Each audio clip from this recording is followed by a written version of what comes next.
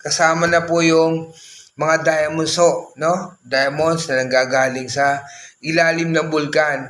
Pero po, hindi po lahat ng bulkan ay mayroong diamonds. Kasi dito sa Pilipinas, may mga bulkan din tayo dito. Marami tayong bulkan dito. Pero maliliit lang ang bulkan natin dito. So, ang mga bulkan, kaya nga napapansin nyo ba, wala tayong minahan ng mga diamonds dito. Kasi wala tayong mga bulkan na malalaki na po pwedeng maglabas ng diamonds. Mga kabes? Mga uncut diamonds yung tinutukoy ko hindi po yung nakapolish na lumabas dun sa bulkan na nakahugis na siya, na malinis siya, makinang na siya, hindi po ganon. Uncut po, mga raw diamonds po yan, na kung titingnan